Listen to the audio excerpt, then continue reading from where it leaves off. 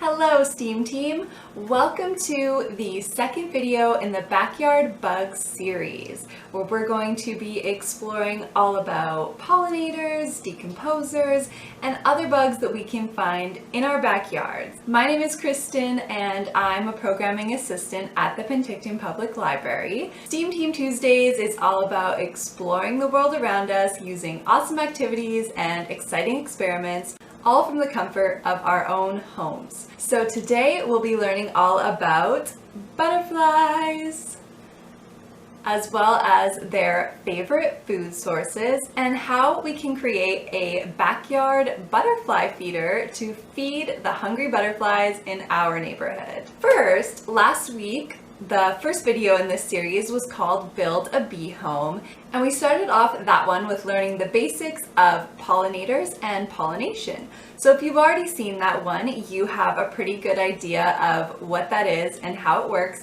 But if not, I'm just going to give a quick run through right now. Pollinators, such as bees, butterflies, and hummingbirds also, help flowering plants to spread their pollen, which allows the plants to create seeds, which will then eventually grow into new plants. Many flowering plants produce foods that we know and love and rely on, such as fruits, any kind of fruits really, some vegetables, and nuts and seeds. Therefore, without pollinators, we would not have some of these wonderful crops like apples, oranges, cucumbers, almonds, or sunflower seeds.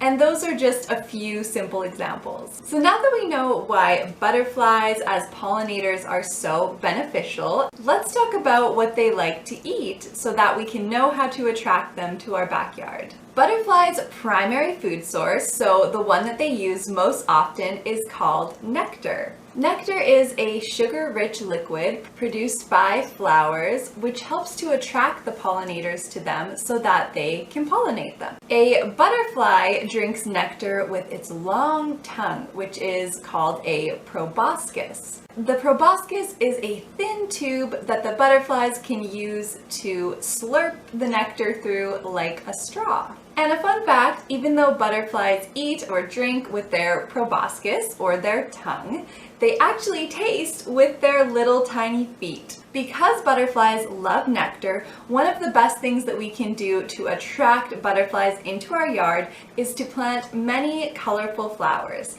However, butterflies can be a little bit picky. Different butterflies prefer different kinds of flowers and nectar. So an easy way to appeal to many different types of butterflies is to create a simple syrup using sugar and water. We will be doing that for the centerpiece of our butterfly feeding tray today. And along with that, we'll add some of their other favorite foods and some other colorful touches to catch their attention. Let's get started with what we will need. To make a butterfly feeding tray, you will first need a plastic plant saucer or tray to be the basis of your feeding tray. You could also use an old plate, bowl, or Tupperware lid that you don't mind placing outside, or anything else that you can think of. Next, you will need a sponge. Just a regular kitchen sponge, but it's great if you can choose a nice bright color that will help to catch the butterflies' attention.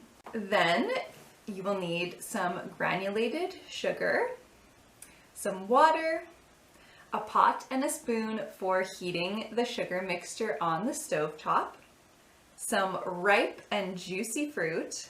Even overripe fruit is perfectly fine here. And you can also use bananas that have been frozen and then thawed. You'll need scissors and or a knife for slicing fruit. Of course, have an adult help you with this part if needed. Optionally, you can also add some fruit juice, and to decorate your tray, some flowers, either real ones or fake ones like the ones I have here. Step 1. Choose the tray that you will use for your butterfly feeder. Today I'm using this simple plastic plant tray that can be found at the dollar store, but any shallow tray or dish will work. Step 2. Let's make our simple sugar solution that will act as a stand-in for the nectar that butterflies love and crave. This sugar solution is extra helpful for butterflies in the springtime when they are first emerging from their cocoons or from their winter hibernation. Many times they need a boost of energy to get them going, as they can feel sleepy at this time. So pour 1 cup of water into a small pot or saucepan on the stovetop and have an adult help you bring it up to a boil. Once the water has reached a boil, add a 1/4 cup of sugar and stir it in until dissolved. Then remove the pot from the heat and let the syrup you have made completely cool down. Step 3. Once the sugar and water mixture has cooled, take your brightly colored sponge and soak the sugar solution into it. Hold the sponge above the pot for a few seconds to let it drip off a bit, and then place it into the middle of your butterfly feeding tray. Step 4. Now it's time to talk about some of the other foods, specifically fruits, that butterflies love to snack on. In general, they love to enjoy the juices from any ripe and juicy fruits. So things like watermelon, oranges, grapefruit, and strawberries are all wonderful. Even if the fruit seems to be rotting to us, so overripe, the butterflies will enjoy its sweetness. So overripe apples, pears, peaches, plums, kiwis, and mangoes are great too. And another excellent option is using bananas that have become browned. You can even take frozen bananas from the freezer and defrost them for a mushy butterfly treat. I'm also going to be adding to my tray around the middle sponge some sliced apple, soft mandarin orange pieces, and some kiwi that I have sliced up, which was also going a bit soft.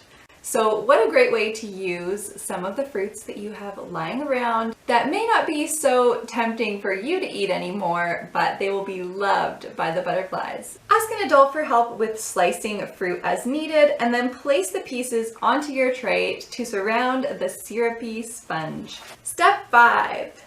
Finally, it's time to decorate our feeders a little more.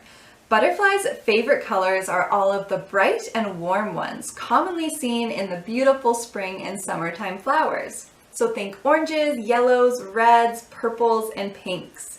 I will be adding these faux purple flowers that you can see here to help attract any nearby butterflies. You could also use real flowers collected from your garden or wildflowers. Step 6.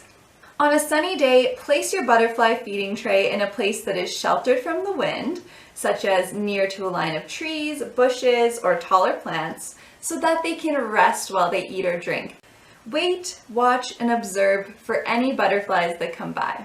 And for a couple of final notes to get the most out of your butterfly feeder, use your butterfly feeder on days that are nice and warm and sunny, and where you are planning to spend some time outdoors so that you can enjoy it. Change the fruit each day that you use your butterfly feeder so as not to attract any other animals who may be looking for food. Ants can be kept away from your feeder by adding just a little bit of water to surround your fruits and sponge. Do note that bees and wasps will be difficult to keep away from the feeder, so just be cautious of this and observe from a safe distance. And now it is remix time. If you really want to turn your yard into a butterfly oasis, here are a couple other ideas of things that you can do. A really simple thing that you could do is to make a butterfly puddler. Now, butterflies often like to drink out of mud puddles, and in fact, on a hot day, you may have seen some butterflies crowded around a mud puddle, sipping up that water, which will help them to stay hydrated, and it also allows them to take in some of the salts and minerals from the soil or sand that they need to stay healthy. Make your very own by filling a dish or bucket with sand or dirt, wetting it, and then setting it out in your yard. With this one, you can keep it outside and easily reuse it every single day just by adding some water from the hose or the tap each day. Another thing you can do is make more sugary sponges to hang in trees. Simply cut a sponge like this into a couple of smaller pieces. Carefully poke a small hole near one side, just like that.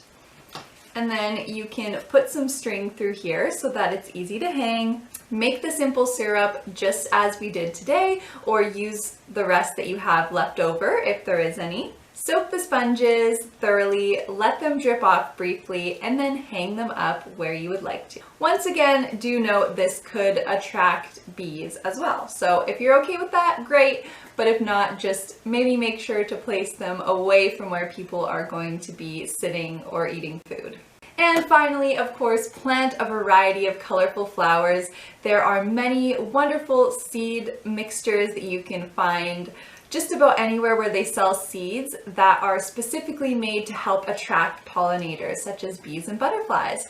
So try out planting some this spring and see what happens. Finally, for a real-world connection, who might you be seeing at your feeder? And by this I mean, what types of butterflies? Worldwide, there are estimated to be over 18,000 different species of butterflies. But I wanted to know what types are common for us here in British Columbia, and specifically in the region of the South Okanagan. In the activity guide that goes along with this video, and you can find the place to download that or print it off in the description below, I have a link from the South Okanagan Similkameen Stewardship Program with some great information and photos of the most common butterfly groups that can be found in this region. So please do go and take a look at that, and then you can kind of compare that to what you might be seeing at your butterfly feeder this summer. All right, so today we learned about butterflies as pollinators,